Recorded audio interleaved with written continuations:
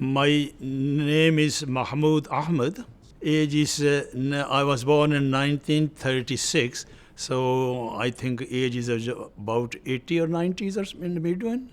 Before I learned, I passed my FSC, which they call them intermediate in Pakistan.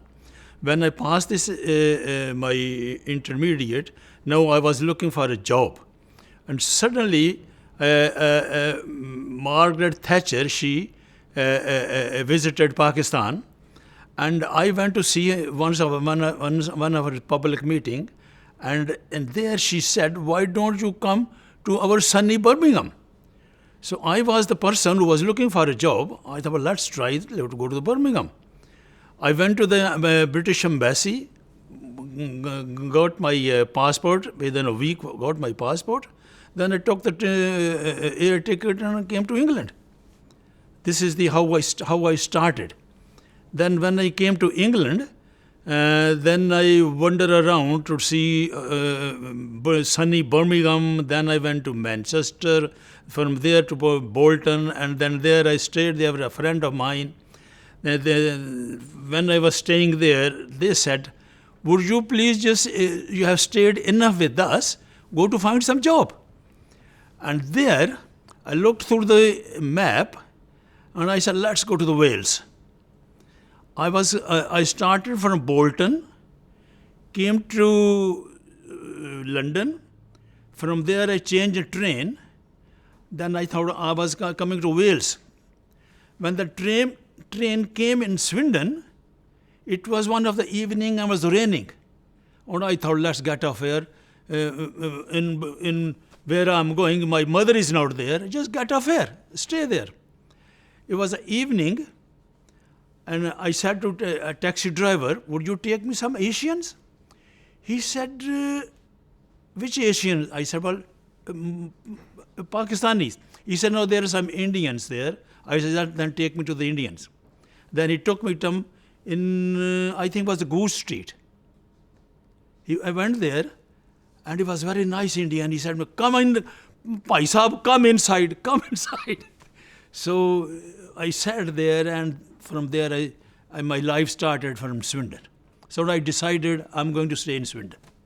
Swindon, when I got off the train and came to Swindon, and I stayed with one of Mr. Singh's house. And the next day, this lady, she was living there, she took me to the town. And she took me to the Regent Street, she took me all around there, she took me a few jobs there, and I liked it. I decided, well, I'm going to stay here. When I came back to talk to Mr. Singh and talk to him, I said, I'm staying in Swindon, and I'm looking for a job here in Swindon, because I decided here, this is a nice town. When he took me to Marine Mountings, where most of the Asians were working there. When I went there, and Mr. What's his name, the manager, he said, "Look, Mr. Ahmed," when I told him I've done this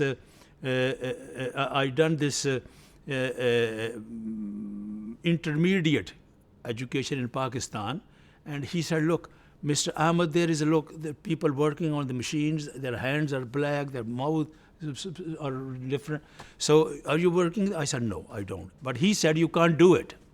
But he said, I suggest you go and try on the buses, because they got a job from bus conductor or something. So I came back and went to the bus office, and they gave me the conductor's job. Then I started the conductor's job, and the manager said, "You are fit for this job." So I just started and passed the test. When I was a bus conductor for nearly a year and a half. Then I took a test and became a driver. Then I was driver for nearly 12 years. I heard in the beginning when I came to England, there were some off and down rides there, but not in Swindon, in Midland side. Midland side, where the majority of our people, they went there, and some jobs, because there's not enough jobs for them. But they think, the locals think, you are coming here to take our jobs. That's why there are a little bit trouble in in Midlands, not in here. It was very quiet here, very nice here, and immigrants were respected in Swindon. There was the only factory there, either marine mountings or places. But the true factory, they were keeping our peoples, and they were very happy with us. Our people were working hard, and they were happy. Even from Midland, people are coming to Swindon. Nice place, yeah. They think housing is no problem. These racial qualities was already there as no problem. So the people are coming to Swindon. In the beginning, when I came, I enjoyed this English food because I was living in an Italian house, and the food was nice. Outside in the shops there, food was nice. Then has couple of friends like Khyber restaurant. He came to the same time. They opened the Khyber restaurant, and the food is no problem. I had a first thing when I came to this country, my brother gave me £150. I stayed back and I came to Swindon. After a few days, I opened my bank account in the Lloyd's Bank, and I put my money there. And since then, this is my account. I was the first house I went to. There was a house in Broad Street. I bought this house for £1,100. For £1,100, I bought this 130 Broad Street. When I was renting a house, I was renting of an Italian family on Manchester Road. My brother, my elder brother, he came to, normally he was working with the PIA. After a week or so, he always come with the aeroplane and come to spend the night with me. One day he came, and I said, brother, let's sleep with me. But the next morning, Italian house I was living there, they said, you please go from this house. I said, why? We're not allowed anybody to live here. So my brother, when he found out, he said, Mahmood, it's very bad, yaar. I come from London and stay with you for rest, and where you living there? I said to my brother, look, brother, when you come next time, I'll have my own house. So, because the house, to have a house here in Swindon, anywhere on those, I just give a deposit and get a house. So I seen this 130 Broad Street for sale. I went to town hall, the agents. I gave him either £200 or £300. I took the house. And next time my brother came here, I was then bus driver. He was walking on the Manchester Road. I stopped the bus. I said, look, brother, here is a key and 130 Broad Street. Just go there and stay there. In those days, things were going so quick here because of not many people here. Like immigrants. And things were cheap? Cheap, very cheap, very cheap. What was your pay from work? I used to get £7 or £8 the week I worked. First job was my buses, bus conductor and then bus driver. When I used to get £10, it was a big wages. £7, £8, £7, but 7 days work with overtime, £10, very nice. I used to show the people, I got a £10. Did you have to send money back home? No, actually not. My parents, they didn't want any money. Even when I came to this country, they gave me £150. Son, walk around, and if you don't like the country, come back. But I never sent the money to my home because they were okay. They didn't want money. Actually, when I started, my first job was as a bus conductor. And then the bus conductor, I never had any problem with these passengers. When I started this bus conductor's job, Mr. Ashton was the manager. He said, Mr. Ahmed, currency is new, peoples are new, streets are new, language is new for you, how you manage it? I said, look, Mr. Ashton, not to worry, let me show you how I do it. When I got this job, I bought the London Swindon streets map book. I've gone through all these streets and find out where is Broad Street is, where is even Sloane Street. But I learned so much. And then I learned the job very quick. Bus conductor, then I became a bus driver. And I was a bus driver nearly 12, 15 years. What did you do after the buses? Then when I left the buses, So the factory Dream Fashions. I started Dream Fashion. I opened, because my wife, she was very good on these fashion designs or something. So we opened in 13, what's the unit number? 12. 12 industrial. Then we rented this unit and we started our own business there. Started making blouses and trousers. Indian clothes or English? English. I used to get this cut work from London. I used to make an overlock, then prepare it, press it, and then hang on the hangers, and then give back to the company. And I was making prices. Yeah, I made a few friends once when I was on the buses. Then I became an inspector. So automatically, so many friends I made him. So many friends. Because when I came to Swindon, we were only about 5 or 4 Muslims here.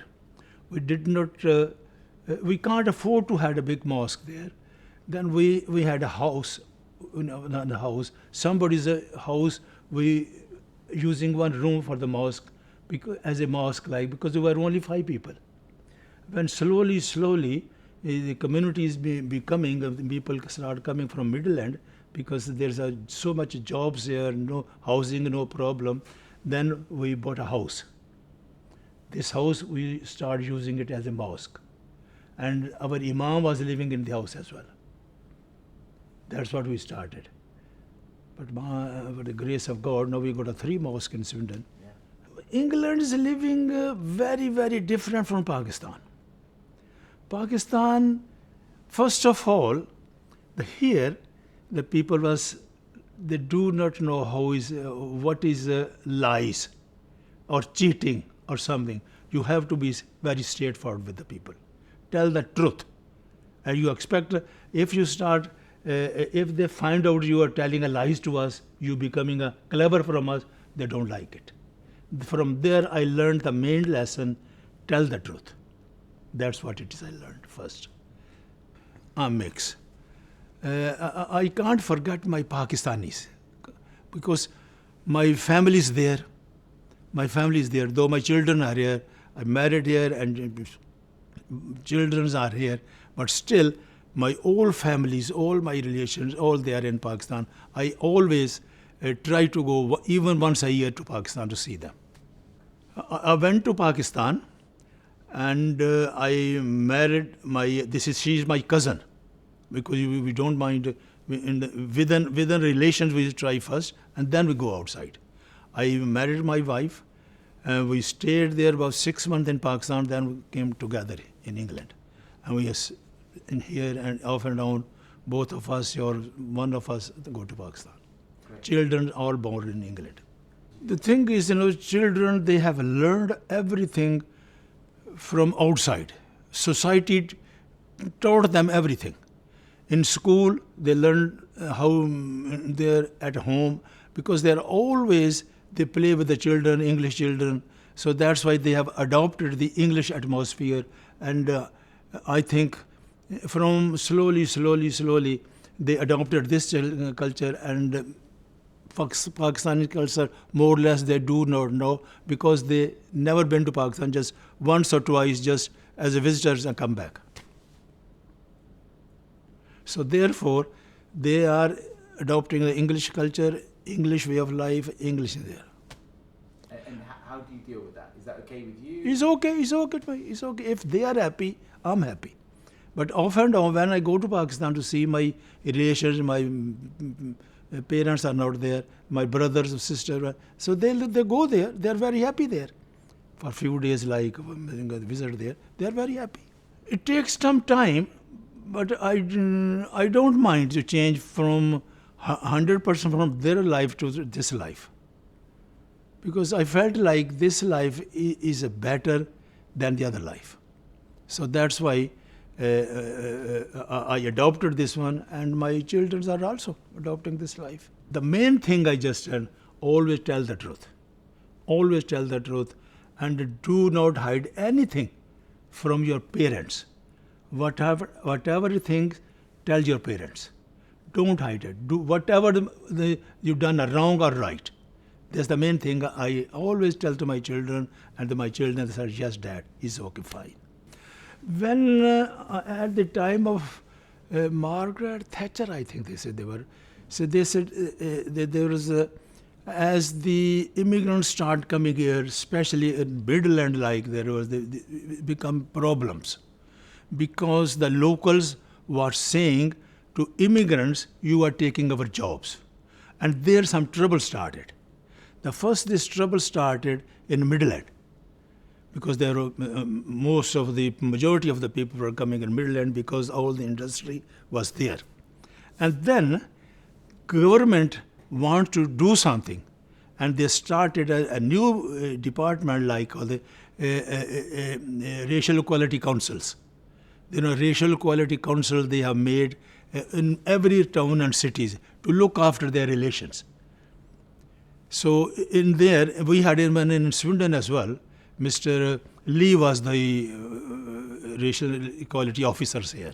Full department on Farringdon Road was his office. And they self look after this. There shouldn't be any trouble on the works. On this one, you are Indian or you are Pakistani, you are this. No troubles there. And they are the one to solve this one. Their office was on Farringdon Road. So this trouble is finished, then this department is finished. We had some problems. I was helping to them. We went a few industries, few places where they had some problems. And we went there, solved there, and slowly it's all gone quiet. All this department is finished. Racial equality department was finished then. Yeah. No, this is not right. No, this is not right. In cemetery in Swindon, if you go there on the right side corner, there's a few graves there. And we were allowed there. And very first when you talk to the in charge there, they said, even they have divided there.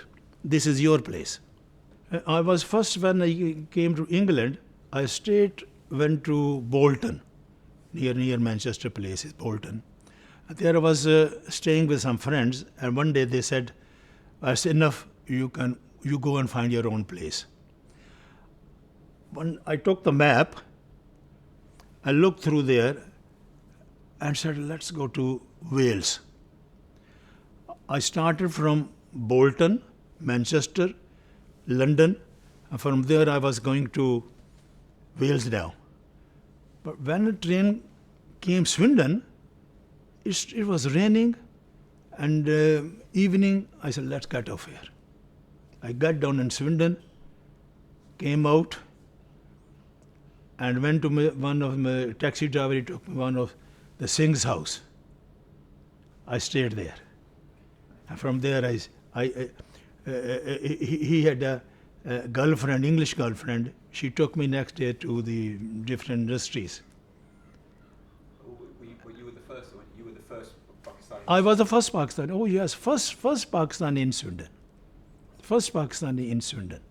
So, so then I stayed there, and first I started my job in the buses, and that's where I started the life in Swindon.